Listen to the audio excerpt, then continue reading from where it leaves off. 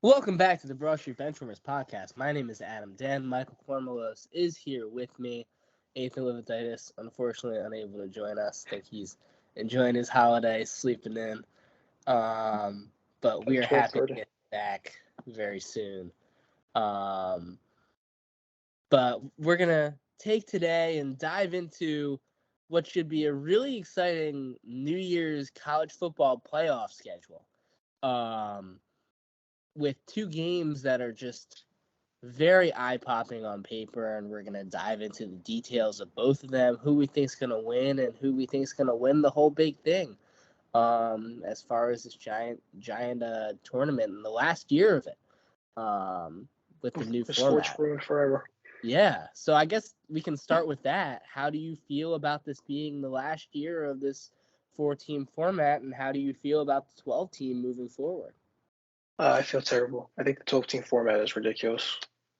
Really? Um, yeah, I hate it. College football is not a postseason sport. More like college basketball is a postseason sport. Like because the season's long enough for the tournament. Like stuff determines everything. Like college football, it's 15. Not even. It's a 12-game season. Like regular season used to matter so much. Like games like Ohio State, Michigan mattered so much. So Alabama, Auburn used to matter so much. I guess not really this year, but or here in the past. But Oregon, Washington mattered. Now they don't matter because Ohio State can go into that game and say, okay, well, we can get destroyed that we have the last 3 years. We're still in. I hate that. I think Yeah. it takes away the integrity. The conference realignment is so awful. The Rose Bowl is pretty much dead now, forever. So I don't know. I hate it. Not a Yeah. fan. I understand, and I agree from the perspective of, like you said, just these giant marquee games on the schedule now become worthless with so many teams being able to. I mean, that besides the obvious rivalry impacts, the impact of, say, I don't know, we were all watching Washington and Oregon State at as like an 8 for 30 primetime game because one was ranked number 6 and one was ranked number 13. That might not matter because a 2-loss Oregon State team probably can still make it in. So do I have as much reason to watch that football game? I don't necessarily know that I do. So Oh, yeah, it just it takes a lot of stake out of it. I agree. I understand why they did it. I understand the frustration of a Florida State team, which is now, reeling after not only the loss of their quarterback, but the loss of a postseason spot because of it. But, you know, life happens. kind of how this goes. Yeah, it's the four best teams, I believe, are in this playoff, and I could not be more excited to watch them play football. I mean, Yeah. yeah, Should we get started with sure, the first matchup? sure. Texas Longhorns coming in at 12-1, ranked third, against the second-ranked Washington Huskies coming in at 13-0. By far the best season in Washington football history, and probably up there with one of the better seasons in Texas football history. This is going to be a great game. Texas comes in as a 4-point favorite because apparently, people learn nothing by making Washington underdogs. The over/under is 63. This game is at 8:45 on New Year's Day, and it is not Chris Fowler or Kirk Herbstreit. It's the other duo. It's also pretty good, but I like Chris Fowler better. Yeah, Random, in case anybody cares. How you feeling about this one? this is really exciting. Just because it's less exciting than the obvious fanfare of the other matchup does not make it any less intriguing of a matchup as a whole. Like you said, this is a Washington team that's been so historic throughout the season. The play of Heisman candidate quarterback Michael Penix. It was Jaden Daniels who would go on to win the award, but he put up a Heisman caliber season himself throughout this year, throwing for 40 plus touchdowns, less than 10 picks, and just you know controlling this offense. They have Romeo Dunze, who's such a great receiver. He's going to be a top 15 draft pick. Dylan Johnson, who's a great back. It's a defense which I have questions about. They struggled over the second half of the season, especially against a lot of these kind of air raidish offense like Washington State, like USC. USC. But it's definitely a different matchup here with Texas. They do have a lot of those high flying receivers, but they're going to try to pound the ball a lot as well. Despite the injuries they've had at that position, that is really the focal point of their offense. And Washington been solid against the run at points throughout the season. They did a good job against Bucky Irving in the first Oregon game. Struggled a little bit in the second one, but it's really just gonna might come down to who gets the ball last. I do have a little more faith in this Texas defense. I think they have a strong linebacker core. I think there are pieces on their defensive line as a part of their rotation, which can make plays. But all in all, I think it is going to be a toss-up for sure. Oh yeah, I definitely agree. These are two offenses that have been so efficient this season. Two great quarterbacks. One's going to go be, top two round pick, first or second round draft pick. Yep. This upcoming draft, and you have a quarterback who's almost a lock for a first round pick next year when he declares. I love the running backs. CJ obviously Jonathan Brooks isn't playing this game, but CJ Baxter's been great as a backup. Jonathan Blue was a great third string / second string guy for them now. Dylan Johnson's been awesome.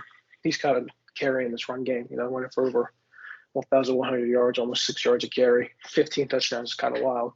You have two 1,000-yard receivers over on the Washington side, Roy Doomsday and Jalen Polk. I think Jalen Polk ends up being one of the most underrated players in this game. He's going to be an X factor. Yeah. How will Texas be able? All the attention is going to be on the Doomsday. They're going to be getting a lot of one-on-one matchups with Jalen Polk and Jalen McMillan. So I think that's going to be something big to watch because Michael Penix has been able to, has really been able to execute defenses like that. Then you look at Texas. Quinn Ewers has been awesome all season. Like I said the run game's been awesome. I like the receivers. Xavier Worthy's one of my favorite players coming into this draft. Donnie Mitchell, not as good. I'm not as high on him, but he is a touchdown machine. He's been great. I think he would benefit from another year at college. But I think agreeing with what you said, is coming down to the defense. It's just going to come down to the last drive of the game. I think Texas' defense is a little bit better. Although I think Washington's defense has been able to pull away in some situations in big games, hence USC, hence Washington State, Utah, Oregon, those games, where they needed stops, they were there.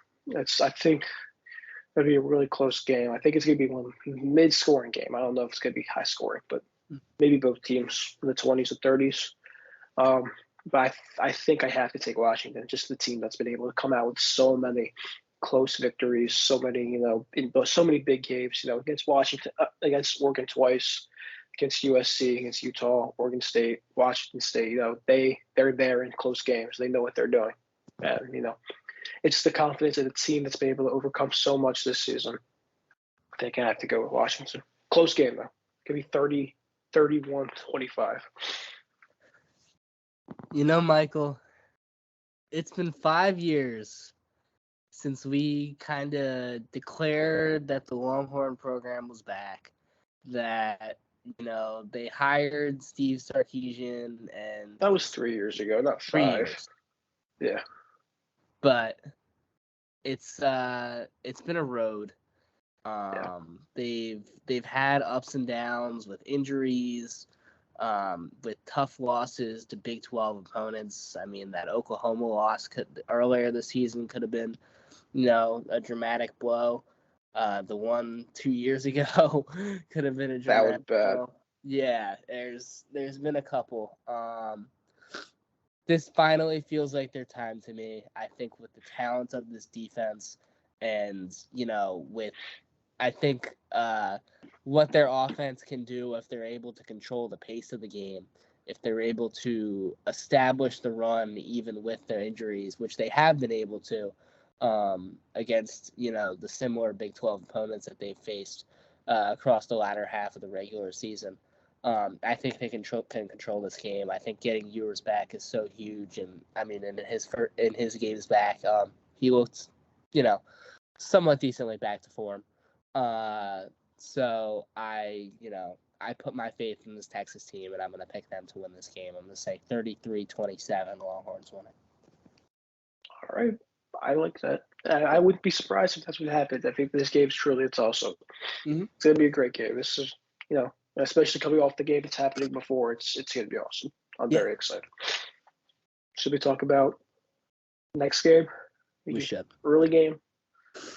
Number 4 ranked Alabama sneaking in. Controversy, obviously, but they were the better team. They deserved it. It's Alabama. I'd never bet against Nick Saban. Coming in against the number 1 ranked Michigan Wolverines, I don't think there's any doubt that they were the best team in the country this year.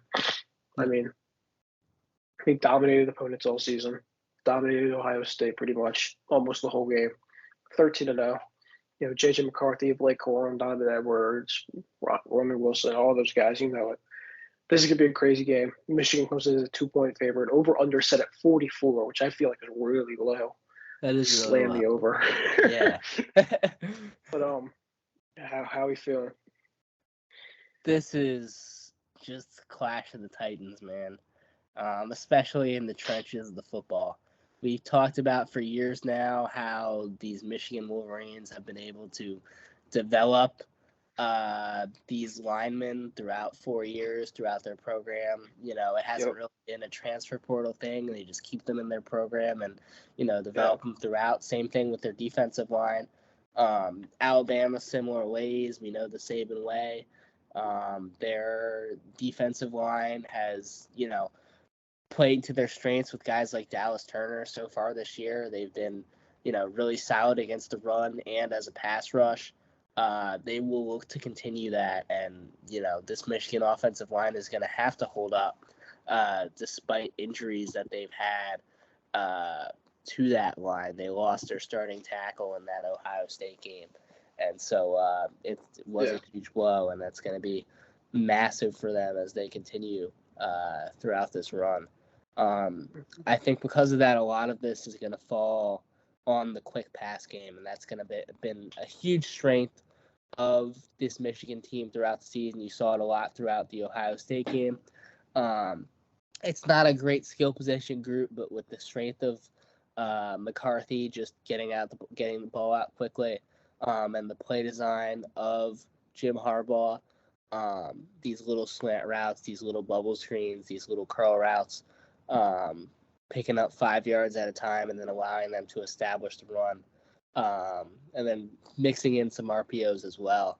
It's a creative offense. It's not the most explosive, but it's definitely a creative offense.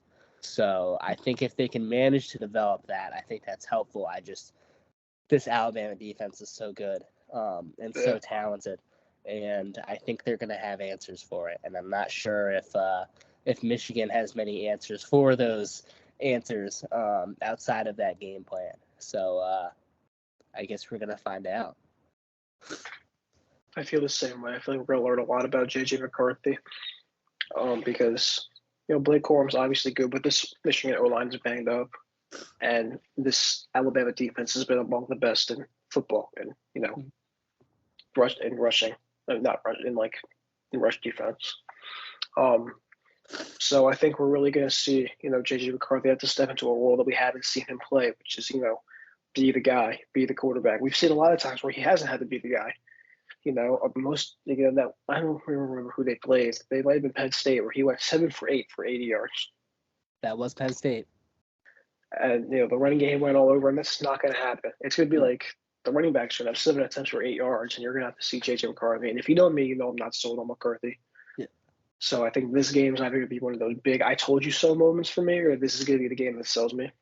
Yeah. I just don't know if it's going to be. I mean, this Alabama defense is so good. It's unlike any team McCarthy's ever played, unlike any defense McCarthy's ever faced.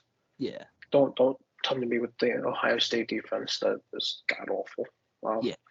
But Alabama, I mean, man, if you told me after that USF game that this team would be probably the best in the country, I probably would have sent you to like a mental hospital or something like that. Like, wow. But like this team has been so good on offense and on defense. Jalen Milroe is undoubtedly winning the Heisman next year. Since he came back, he was the best player in college football. Maybe not since he came back. Maybe like 2 or 3 games after the USF game. Yeah. The second half of the season, he was the best player in college football. He was Yeah. unstoppable. Jake Daniels too. Yeah, but I think Miller was a little bit better. I think you'll see it next year. I mean, 12 rushing touchdowns, 23 passing, 35 total touchdowns, and 6 turnovers. Yeah. That's great. And that's also with not playing in like 2 games because, Nick Saban promised Tyler Buckner playing time, which is pretty funny. But love Jermaine Burton. I'm not really. I love Jermaine Burton and Isaiah Bond. I'm not really sold on any of these other receivers, but I feel like those guys have been able to get it done in the big time moments. Isaiah Bond is very similar to Jalen Waddle in my opinion. Very versatile. They also wear the same number, so that's pretty easy to figure out. And then Will Reichert has not missed an extra point all year. That's kind of impressive to me. Yeah. That's my last thing. Secondary's been awesome. Defense has been awesome. Yeah. What do you think score wise for this game? I just wanted to bring up before I say that, I forgot to mention that Alabama offensive line did struggle at early points this season. So if we're going to nitpick things about Michigan, we probably should nitpick that too. This Michigan but they've been have potential to wreak havoc, and that could make this a very different game than anything we've described. They definitely showed ups and downs. And even in that Auburn game, I mean, they showed some struggles in that region. So it's definitely something to watch out for. I think they looked so fortified in that Georgia game that we kind of wiped that out of the back of our minds. But it's definitely something that's still there. Definitely could represent an issue for them. But as far as my score prediction, I am gonna go with Crimson Tide. I'm gonna say Tide 27, Wolverines 24. Yeah, they get it done. That's probably like the exact thing I would say. I mean, This is going to be it'll be like a little bit lower scoring game as the game that follows it, but I think that you pretty much nailed everything. I don't have anything else. It's going to be a great one. I'm really excited. Me too. Yes, sir. Well, go ahead. Give me your hypothetical championship between Texas and Alabama. Yeah, it's intriguing. It's very intriguing because you've got two teams which have their strengths in very different areas. Yeah. And areas that kind of coincide with each other as well. This Alabama secondary matched up with this Texas skill position group.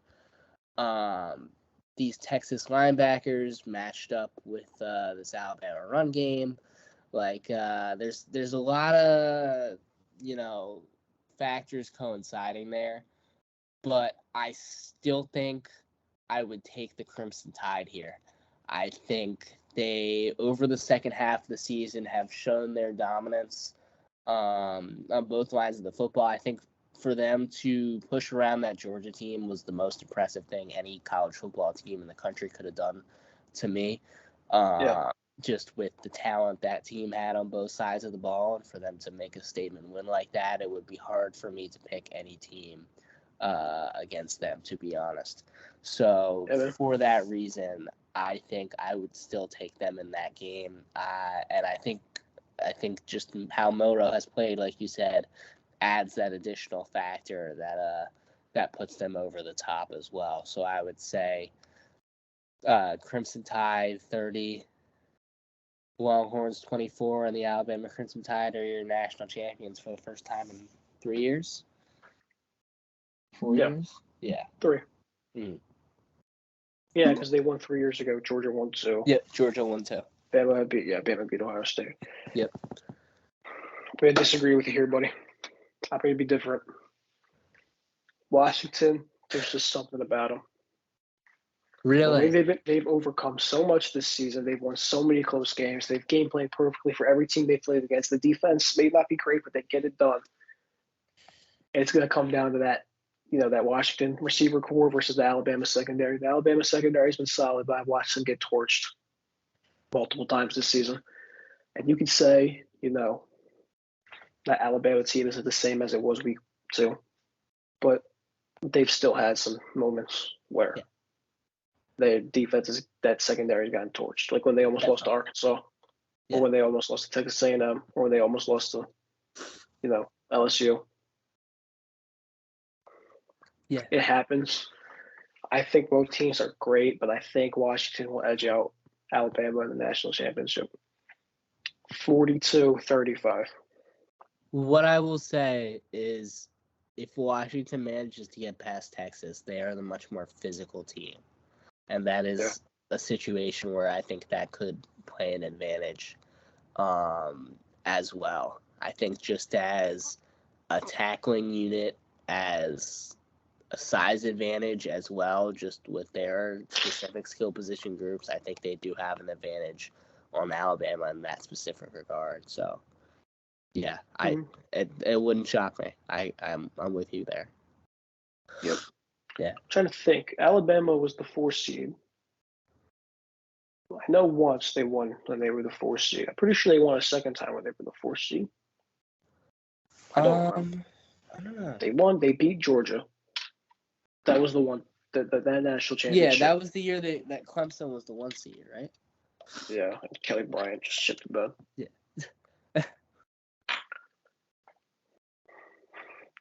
No, maybe I'm tripping. Yeah, I'm tripping. Yeah. I thought they had won the national championship twice as a 4th seed. That would be kind of crazy. Oh well. Ohio State won as 4 seed. Yeah. Maybe that's. And then Bama won. No, only one 3 seed has ever won the national championship. Who's that?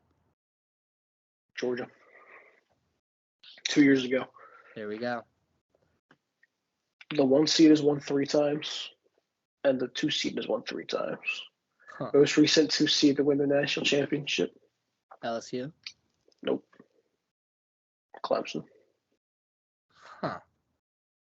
LSU was number 1 in the nation that year. Right. They didn't lose the game. Yeah. And the second most recent number 2 team to win the national championship was Probably also Clemson. And the 1 year they got to be ranked number 1, or actually both years they've been ranked number 1. They've lost to Alabama. Nothing you can do about that. Nothing you can do about that. Right. Clemson losing as the number 1 seed is just inevitable to any team ever. Next year. It's fun. Always next year. Who are we going to fire? Next year? Fire. You can fire Dabo Swinney. Hell no. That can be your... Dabo, he's using the portal now. You can fire the transfer portal. He's using the portal. Okay. He offered like 50 guys in the portal. You can't fire Maury. He just got extended. Fire Jalen Hurts. He sucks.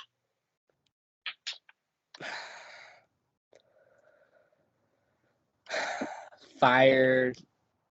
I can't fire off the fire Nick yet. No, Nick Sirianni is nowhere near the problem. We can't fire Nick Sirianni. He's awesome. Fire my sanity. Oh, there has to be somebody. Fire Rob Thompson. Why are we firing Rob? Rob Thompson sucks at the job. Brian Johnson. We can all meet on a common fire Brian. Oh, you guys losing makes me like happy. Common in between.